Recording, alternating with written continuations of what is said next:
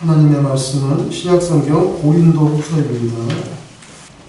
고린도후서 4장 16절에서 18절, 신약성경 290페이지 있습니다. 290페이지. 고린도후서 4장 16절에서 18절 교독하겠습니다. 그러므로 우리가 낙심하지 아니하노니 우리의 겉사람은 낡아지나 우리의 속사람은 날로 새로워지도다. 우리가 잠시 받는 환난에 당한 것이 지극히 크고 영원한 영광에 중한 것을 우리에게 이루게 하니, 우리가 주목하는 것은 보이는 것이 아니요 보이지 않는 것이니, 보이는 것은 잠깐이요 보이지 않는 것은 영원하니라. 아멘. 사도 바울은요, 예수님을 위해서 받는 고난, 우리에게는 우리가 공산권에 살지 않고 이슬람 문화권에 살지 않기 때문에 목숨을 내걸고 예수를 믿는 그런 도전적인 형편에 처해 있지 않습니다. 그러나 지금도 이 세상에는 예를 들면 북한에서도 진심으로 예수를 믿는 지하 교인들이 있죠. 큰 소리로 찬송 한번 불러보는 것이 소원이, 이슬람 문화권에서 목숨을 내걸고 신앙을 지키는 이들, 우리는 그런 거에 비하면 피를 흘리기까지 주를 위해서 고난받는 것이 거의 없습니다. 우리에게는 그저 작은 십자가들이, 이슬람권이나 공산권에 비해 보면 작은 십자가들이 있죠. 그런데 그 예수님을 위해서 받는 그런 어려움들, 그런 무겁게 느껴지는 그런 짐들, 고난, 바울 사도는 그런 것들이 무의미하지 않다고 말씀하는 거예요. 무의미하지 않다. 신자로서 우리가 신앙 때문에 감당해야 되는 나의 분량들이 있죠. 어떤 분은 좀 작은 십자가를 보고 어떤 분은 느끼기에 큰 십자가다. 그런데 이런 것들을 믿음으로 잘 감당할 때 지상에서의 육체적인 실존, 우리 껍데기, 이 단백질 덩어리, 이건 겉사람이죠. 점점 쇠하여가는 것이 사실입니다. 그죠? 우리 최기순 권사님 거의 100세를 바라보시는데 그냥 멀쩡하게 집에 계시다가 집에서 이렇게 쓰러지셔서 그저 골반 같은 데가 부러지는, 쇠하는 것입니다. 그러나 장차 내세에서 받게 될 영원한 영광, 바울 사도는 그게 있다는 거예요. 예수 믿는 사람에게는. 예수 안 믿는 사람에게는 그것이 없다는 것입니다. 그래서 예수 믿는 사람의 이 땅에서 당하는 그런 작고 큰 십자가의 무게, 무의미하지 않다. 왜냐하면 영원한 하나님의 나라에서 받게 될 영광이 있기 때문에, 이것은 머릿속에서 생각하는 그런 사변적인 보상이 아닙니다. 고난 중에도 예수 그리스도와 이 내적으로 결합하는, 예수님과 우리의 영혼이 결합하는, 거기에서 생기는 일종의 영광의 열매죠. 그리고 기자들이 가서 인터뷰하고 사진 찍고 녹음할 수 있는 분명한 물리적인 실체로서의 Kingdom of God, 우리가 말하는 천당, 천국, 그것을 바울 사도는 자기가 눈으로 봤고 체험을 했기 때문에 이 땅에서 바울 사도가 수많은 고난을 당했죠. 복음을 전하기 위해서. 그런데 그런 것들이 하나도 무의미하게 느껴지지 않는 거예요. 왜냐하면 곧 갈 것이기 때문에. 저는 여러분이 이 땅에서 예수 믿는 그리스도인으로 교회를 들락날락하면서 섬기면서 할 때 바울 사도와 같은 그런 정신, 그런 신앙으로 살 수 있기를 주의 이름으로 축원합니다. 예수 믿는 사람은 어떤 모습이어야 되느냐? 오늘 이 짧은 구절에서 바울이 교훈합니다. 당신은 무엇이 당신을 다스리시오? 존재의 변화를 위한 제일 먼저 등장하는 질문, 어느 것이 당신을 다스립니까? 간단히 말하면 당신은 당신의 겉사람이 당신을 다스립니까? 당신의 속사람이 당신을 다스립니까? 겉사람은 낡아진다. 속사람은 새로워진다. 겉사람은 죽어서 흙으로 돌아갈 재앙된 육신, 그러나 속사람은 그리스도를 믿음으로 말미암아 중생한 이런 영적인 실존을 뜻하는 거죠. 이 미국의 IT 사업가 중에 억만장자 중에 브라이언 존슨이라고 하는 사람이 있는데, 이 브라이언 존슨이 개인적으로 추구하는 프로젝트가 있습니다. 프로젝트 블루프린트.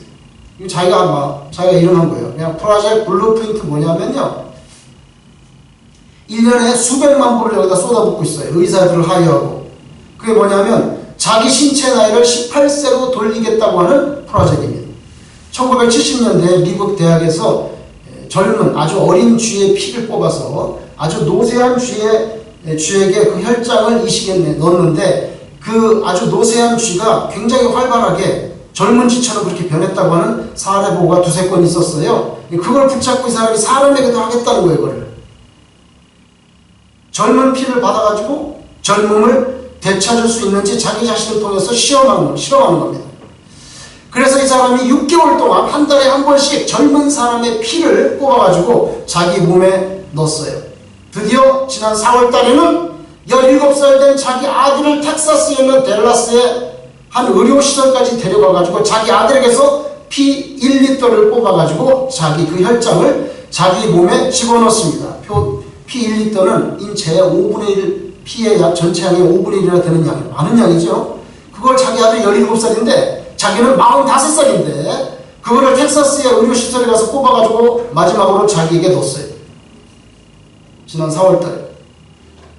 그러다가 7월 12일 날 자기 SNS에 앞으로는 내가 이런 피를 받는 그런 의료행위를 하지 않겠다고 수혈을 중단하겠다고 선언했습니다. 그 이유가 뭐냐면 젊은 사람의 피를 6개월 동안 넣어봤는데 아무런 변화가 없다는 거예요. 아무런 변화가 없다는 거예요. 그러니까 자기는 이걸 포기한다는 거죠. 겉사람을 어떻게 해서든 간에 젊게 해보려고 하는 정말 그대로 피나는 노력. 피나는 진짜 그냥 피나는 노력. 그런 기괴한 인생입니다. 제가 볼 때는 현대판 뱀파이어 같은 그런 정신 수준을 가지고 사는, 돈은 억만금 있는데 정신은 유아기적인 수준에 머물렀다 해도 과언이 아니죠. 그렇다고 45살짜리가 15살짜리로 돌아가겠어요. 하나님이 창조한 질서를 거꾸로 가면 안 되지. 그렇기 때문에 우리의 마땅한 고민은 속사람이 날로 새로워지기 위해서 어떻게 해야 되느냐, 여기에 초점이 맞춰져야 되느냐. 속사람이 새로워지기 위해서는 어떻게 해야 되느냐, 뭐 피를 받아가지고 겉사람을 젊게 한다, 그게 아니고 우리 속사람이 젊어지려면, 속사람이 새로워지려면 예수님의 생명이 우리 가운데로 들어와야 되는 줄로 믿습니다. 예수님의 생명 없이 어떻게 속사람이 새로워질 다른 방법이 없어요. 왜냐하면 예수님이 요한복음 10장 10절 들어보세요. 내가 온 것은 양으로 생명을 얻게 하고, 나오죠? 인간 영혼의 진정한 생명을 주기 위해란 말이에요. 내가 온 것은 양으로 생명을 얻게 하고 더 풍성히 얻게 하려는 것이다. 날마다 새로워지기 위해서 예수님의 생명을 더 풍성하게 우리가 받아들여야 되는 거죠. 예수님의 생명이 들어오면 겉사람과 속사람이 충돌하기 시작합니다. 왜냐하면 겉사람은 이건 뭐 세상의 때가 있는데 예수님의 생명이 속사람에 들어오면 껍데기하고 내용물하고 이게 버벅거리지 않을 수가 없어요. 그 위에 있던 바울 사도도 로마서 10장 24절에 고백하지 않습니까? 오라, 나는 공고한 사람이로다. 너무 괴롭다는 거예요. 왜? 껍데기하고 속에 예수 그리스도의 생명이 부대끼기 때문에. 바울 사도도 사람이잖아요.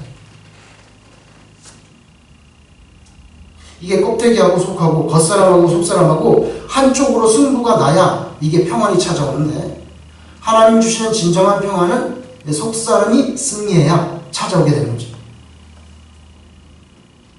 겉사람의 다스림을 받는 인생이 속사람의 다스림을 받는 인생으로 변화가 되는 것은, 그게 바로 신자가 나아가는 길이죠. 겉사람은 뭡니까? 사람에게 보여지는 부분입니다. 아우, 저 사람은 아주 뭐 머리숱이 많네, 저 사람은 뭐 어떻게 생겼네, 저 사람은 뭐 공부를 많이 했네, 저 사람은 뭐 좋은 차를 타네. 이거 다 겉사람이잖아요. 겉사람은 사람에게 보여지는 부분, 그러나 속사람은 하나님에게 보여지는 부분. 근데 겉사람은 한 120년 정도, 요새는 100살이라면 매맞아. 120년 정도. 속사람은 하나님의 나라에서 영원한 시간 속에 들어가게 되는데 어떤 게 더 중요한 겁니까? 포장지 껍데기 겉사람, 내용물 속사람. 당신은 어떤 것에 지배를 받습니까? 그렇죠? 속사람이 더 중요한 줄 알면서도 계속 겉사람의 지배를 받아. 그러면 죽어있는 믿음이에요. 죽어있는 믿음이지. 여러분 바다에 사는 바다 가재 이런 거 갑각류 여러분 때가 되면 이게 탈피를 합니다. 이게 낡아 빠지고 그리고 또 몸이 자라니까 이걸 벗고 새 거를 이제 하는 거죠. 심지어 뱀 같은 것도 보면요 주기적으로 탈피를 합니다. 껍질을 벗고 새 옷으로 갈아입는 거죠. 근데 이런 주기적인 탈피를 하지 못하면 그 생명이 낡고 오래된 껍질에 갇혀서 죽게 돼요. 또 바다 가재 같은 것도 점점 자라면 이걸 벗고 새로운 갑옷을 입어야 되는 거지. 뱀도 자기가 점점 자라면 껍질을 홀라당 벗고 또 새로운 껍질이 나옵니다. 제가 어릴 때 시골에서 들판이나 산에 다니다 보면요 뭐가 이렇게 있어. 무슨 비닐로 같은 게 있어. 이게 바로 탁 쳐보면 굉장히 딱딱해. 뭔지 아세요? 뱀이 벗어버리고 가는 허물입니다. 헌 것을 버리고 새로운 살갗을 가지고 떠나간 거죠. 뱀이 껍질을 벗을 때 어디서부터 벗을까요? 뱀이 이거 홀라당 벗고 이제 가는데 어디서부터 벗냐면 신기하죠 여러분.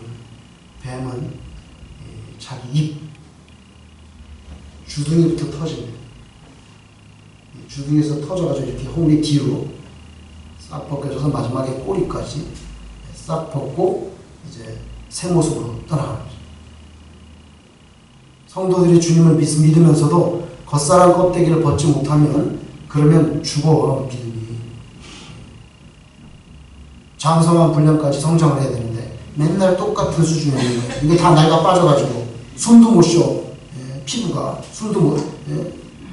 주기적으로 겉사람 껍질을 벗어가지고 속사람이 새로워져야 되는 거죠. 그러니까 나의 잘못된 습성, 나의 옳지 않은 태도, 나의 지나치게 세큘러한 세속적인 욕심 이런 껍데기를 주기적으로 벗어버려야 돼요.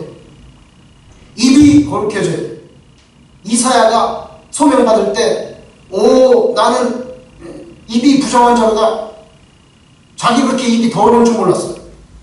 그런데 성전에 가서 보니까 하나님 영광 앞에서 보니까 제일 먼저 깨달은 게 난 입이 너무 안 좋다. 그 이사야의 고백 아닙니까? 입이 거룩해져야 돼. 악한 말, 부정적인 말, 파괴적인 말, 불신앙적인 말, 남을 비난하는 말, 원망하는 거, 비아냥거리는 거, 냉소적인 말, 이런 말은 신자에게 맞지 않는 모습인 것이 분명합니다. 거기에서부터 시작해서 나의 손, 나의 발, 나의 머릿속 생각까지 하나님 말씀 앞에 부지런히 낡고 더러워진 것들은 다 벗어버려야 되는 거예요. 그래서 그 겉사람을 십자가에 못 박는다 하잖아요. 십자가에 못 박는다는 건 뭡니까? 죽는다는 겁니다. 뭡니까? 죽는다는 게 뭡니까? 관계가 끊어진다는 것입니다.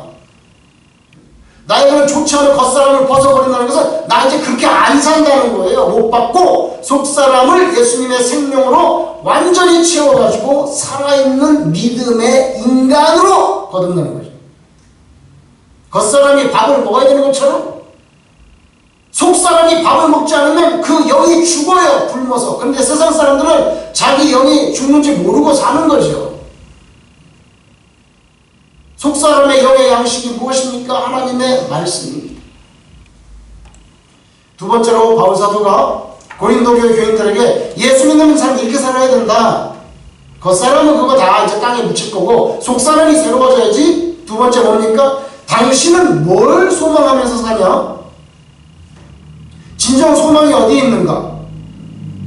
바울사도는 존재의 변화라는 것은 어느 것을 진짜 소망하느냐에 달렸다는 거예요. 우리가 잠시 받는 환난, 이건 가벼운 거지. 지극히 크고 영원한 영광에 중요한 것, 그 무거운 것, 그걸 찾아야지. 환난이 이 땅에서 잠시 받는 거, 영광은 하나님 나라에서 영원한 거, 이 땅에서 받는 환난이 아무리 길게 느껴진다 하더라도 느껴지죠. 그렇게 1년, 2년, 5년, 10년 돼봐요. 아이고 이게 해결이 안 되네. 너무 길게 느껴지더라도 상대적으로 영원한 영광, 하나님 나라에서의 영원한 영광, 거기에 비교해보면 표현상 잠시 받는 것이라고 표현할 수밖에 없어요. 끝이 없는 이 선상이 있어요. 근데 거기에 인생은 거기에 볼펜으로 점 하나 찍는 수준밖에 되지 않아요. 근데 그 점 가운데서 또 한 10년, 20년 나눠가지고 아이고 너무 지겹다, 너무 길다. 논센스가 됩니다. 그러므로 신자는 이 땅에 사는 동안에 역경, 고통, 좌절, 괴로움 받을 때가 있지요. 또 때로는 신앙을 가졌다는 이유 때문에 환난을 받을 수도 있습니다. 그런데 하나님 나라에서의 영원한 영광을 여러분이 정말 바라보면서 악망하면서 사시기를 주의 이름으로 축원합니다. 이 땅에서 소망 갖는 게 아니고요. 영원한 하나님의 나라에 소망을 두는 게 진짜 본질적인 변화입니다. 그게 없다고 하면 여러분들은 수십 년을 교회를 다녀도 예수 교인은 아닌 것입니다. 장로 교인이 될 수가 있고 기독교인이 될 수가 있고 정부에서 통계상 내는 그런 크리스찬 거기에 숫자를 보탤 수는 있지만 예수님의 그 제자는 아닌 거죠. 바울 사도는 예수님을 붙잡기 위해서 예수님을 전하기 위해서 복음을 위해서 자기 고통을 아주 순순히 받아들였어요. 근데 이 사람은 받아들일 수밖에 없어요. 자기가 예수님을 봤기 때문에 예수님 보고 예수님하고 얘기를 했기 때문에 부인할 수가 없는 거죠. 사실 불평 없습니다. 누구를 원망하지 않습니다. 왜? 예수님을 만났기 때문에 어떻게 할 수가 없어요. 당연히 걸어가야 될 의의 길이고 생명의 달리기, 생명의 경주로 여겨서 흔들림 없이 줄기차게 달렸어요. 최소한 그가 남긴 서신들을 보면요, 바울이 남긴 서신들을 보면 그러한 자신의 삶, 자기가 채찍을 맞는다든지 밥을 굶는다든지 배가 파산한다든지 옥에 갇힌다든지 이런 자신의 삶에 대한 회한이라든지 후회라든지 죽게 대한 원망은 전혀 보이지 않습니다. 구약성경에 기록된 기라성 같은 그런 신앙의 위인들이 있죠. 그런 사람도, 그런데 보세요, 엘리야 그만해도 족하니 죽었으면 좋겠다. 나 혼자 남았는데요. 빨리 죽여주세요. 응? 기라성 같은 엘리야, 예레미야, 요나, 욥, 최소한 하나님 그냥 지금 데려가시면 안 되겠습니까? 아니면 우리 아버지가 등남하였다는 소식이 없었더라면 내가 태어난 생일을 저주하는 등 직접적으로 하나님께 대들진 않았지만 그런 연약한 인간적인 모습을 다 나타내고 있어요. 그런데 바울은 그게 없어요. 아무리 찾아봐도 내가 왜 세상에 태어나가지고 이 꼴을 당하고 이런 거 없어요. 자신의 생일을 저주하거나 그리스도에서 받는 고난이 역겨워서 그냥 빨리 죽었으면 좋겠다 하는 그런 모습이 없습니다. 예수 생명 끌어안고 이 세상의 역경, 환난, 고통, 눈물을 완전히 초월한 진짜 신앙의 모범을 보여줍니다. 로마서 8장 18절에 현재의 고난은 자기 이야기가 아니겠습니까? 이거는요. 현재의 고난은 장차 우리에게 나타날 영광과 비교할 수 없도록. 이분은 천당을 봤기 때문에 나오죠. 자기가 본 거 나오지 않습니까? 그러므로 하나님의 영광을 위하여 현재의 고난, 내게 주어진 십자가 이걸 담담히 지고 그 십자가가 누르는 무게의 의미가 왜 나에게는 십자가가 있는가? 의미가 신앙의 눈으로 볼 때 내게 어떻게 해석될 수 있는지 내가 좀 알아야 되겠어. 나한테 무슨 의미인가 이것은? 그것을 깨닫기 위해서 하나님 나한테는 이런 십자가가 있는데요. 이것을 내가 어떻게 해석을 해야 되겠습니까? 그걸 좀 깨닫게 해달라고 하나님께 간절히 기도하면서 아픔과 찌르는 십자가의 교훈이 내게 무슨 교훈을 주는 것입니까?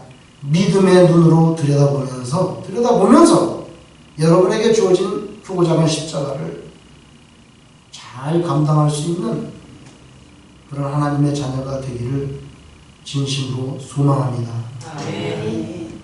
세 번째로 오늘 보니까 당신은 무엇이 당신을 다스리시죠? 겉사람입니까? 속사람입니까? 당신의 소망은 어디 있습니까? 내 소망은 새로 나온 아이폰을 사는 건데요. 내 소망은 뭐가 뭔데요? 당신의 소망은 하나님의 나라에 진짜 있습니까? 세 번째, 당신은 뭘 맨날 보면서 사는 거야? 뭘 주목하냐고. 당신의 눈동자의 초점은 어디로 가는 거지?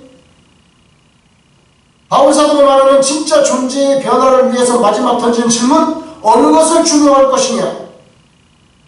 18절에 뭐라고 말합니까? 우리가 주목하는 것은 보이는 것이 아니요 보이지 않는 것이니, 보이는 것은 잠깐이고 보이지 않는 것은 영원하다. 우리는 잠깐 보이는 것에 끌려다니는 것이 아니고 보이지 않는 영원한 것에 이끌리는 그런 믿음, 이거 꼭 가져야 된다. 여러분, 하나님께서 안 보이시잖아요. 하나님이 안 보이시죠? 그러면 목사님은 보이시오? 저도 안 보입니다. 하나님이 안 보이시는 거하고 하나님이 안 계시는 거하고 구분 좀 하세요. 구분 좀 하시라고. 한국에 살 때 저 사람들 뒤에 보면 관악산이 있어요. 관악산 거리 보면 서울대가 있고 서울대 교수 아파트가 꼭대기 있고, 그런데 뭐 신촌으로 가면 관악산이 잘 안 보이지. 내 눈에 뭐 전철역에서 내려서 관악산이 안 보이는데, 관악산이 안 보이면 관악산이 없어진 거예요? 하나님이 안 보이면 하나님이 없어지는 거냐고요. 우리는 해가 매일매일 뜬다는 것을 절대 의심하지 않습니다. 예수 믿는 것도 그렇게 믿어야지. 예수님은 의의 태양이신데, 때로 오늘처럼 비가 오고 구름이 끼면 해가 보이지 않습니다. 해 보이지 않았다고 태양이 사라지는 거예요?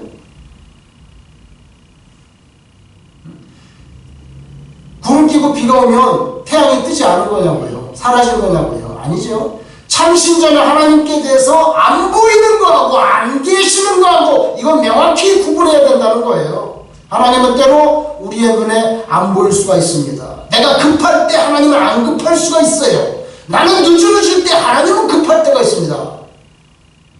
가끔씩 우리에게 초월자의 초월자의 일식이 있는 것도 사실입니다. 그러나 그렇다고 존재하지 않으시는 건 아니잖아요. 이건 구별할 줄 알아야지. 사탄은 예수님을 붙잡고 시험합니다. 만천하의 영광을 다 보여주고 만국의 영광을 보여주면서 나한테 한 번만 절하면 다 넘겨줄게. 한 번만 절해라. 눈에 보이는 천하 만국의 영광. 그때 예수님이 마태복음 4장 10절에 뭐라고 말씀합니까? 하나님께 경배하고 다만 그를 섬기라. 눈에 보이는 천하 만국의 영광을 보여주고 예수님 시험하는데, 예수님은 눈에 보이지 않는 하나님께 경배하고 다만 그를 섬기라고 하면서 사탄의 시험을 깨끗하게 잘라버립니다. 우리 눈에 보이는 게 아니고 보이지 않는 것을 바라볼 수 있는 영적인 안목, 그게 있을 때 세상을 이기고 마귀를 이기고 나를 이기지. 눈에 보이는 현실을 주목하는 게 아니라 눈에 보이지 않는 영적인 것에 초점을 맞추는 것, 이게 참신자의 진정한 존재 방식이다. 이 진리에 대해서 어떤 변명, 부인, 융통성 그런 거 들이대지 말고 그냥 사실 그대로 있는 그대로를 받아들이자. 예수님을 잉태한 여인 처녀 마리아 한번 생각해 봤습니다.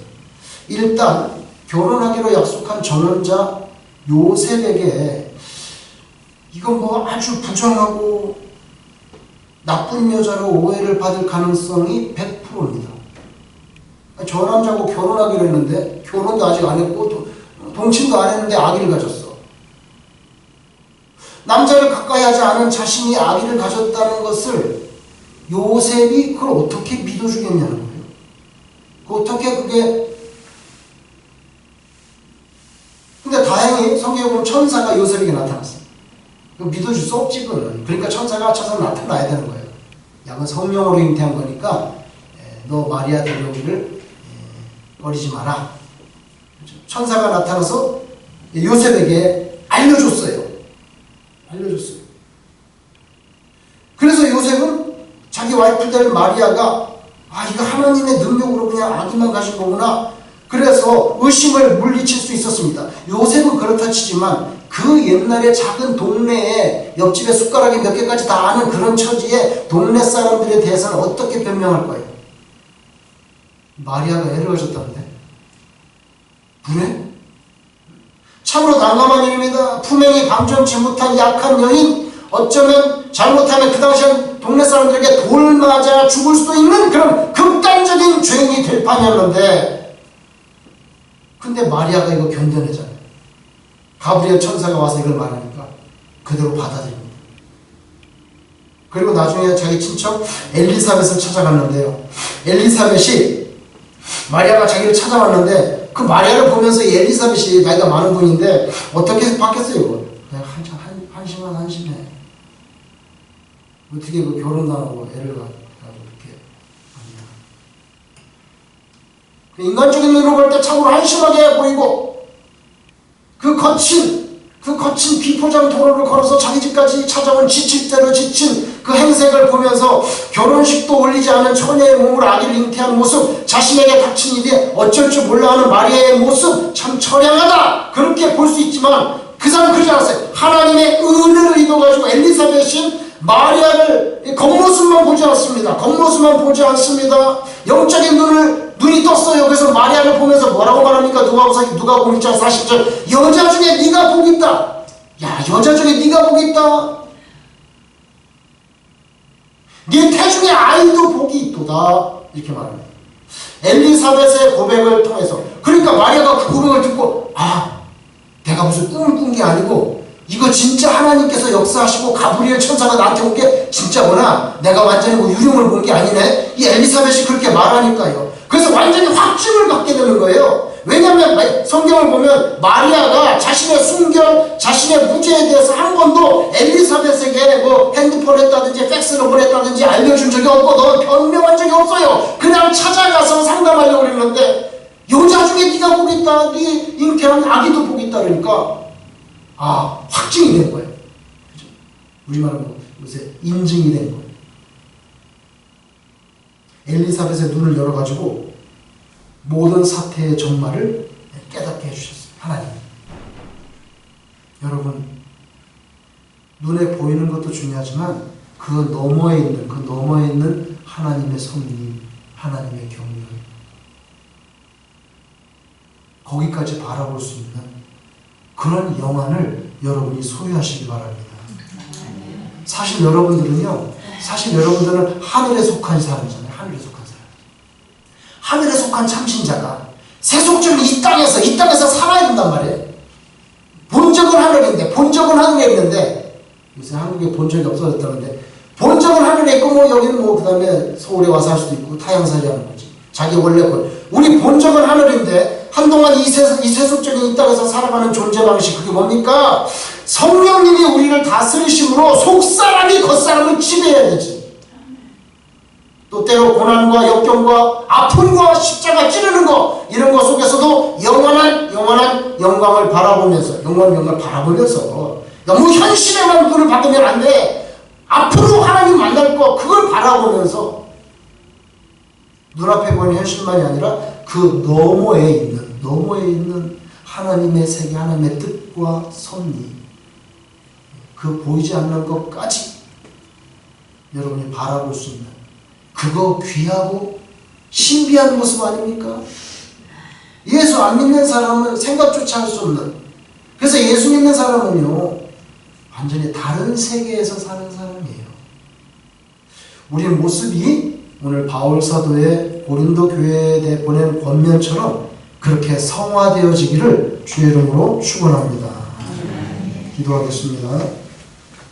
하나님 아버지, 속사람이 겉사람을 지배하게 되고, 우리가 이 땅에 물질적인 거, 이 땅의 어떤 명예나 그런 것에 궁극적인 소망을 두지 않고 하나님의 나라에 들어가게 될 것, 그 영원한 영광의 소망을 걸고, 그리고 눈에 보이는 그 이상의 영적인 신령한 가치들에 대해서 영안이 열려서 하늘에서 주께서 내려주시는 평강의 복이 우리 성도님들 육체와 영혼 가운데 충만 가득하게 임할 수 있도록 하나님 오늘 이 시간에 이 종들에게 축복하여 주시옵소서. 예수님 이름으로 기도드리옵나이다.